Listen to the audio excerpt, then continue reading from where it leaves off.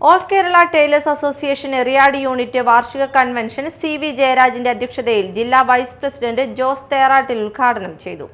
ഒരു പുരുഷൻ നമ്മുടെ സംഘടനയിൽ പ്രവർത്തിക്കുന്നതിന് അല്ലെങ്കിൽ മറ്റൊരു തൊഴിലിന് പോവുകയാണെങ്കിൽ 1000 രൂപ കുറയാതെ കൂലി കിട്ടില്ലേ?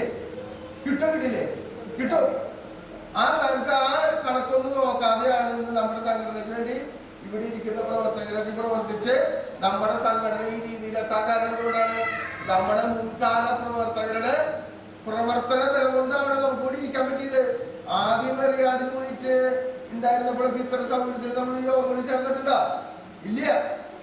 ഇന്ന് സംഘടന വലുതായി, സംഘടനയുടെ ശക്തി വലുതായി.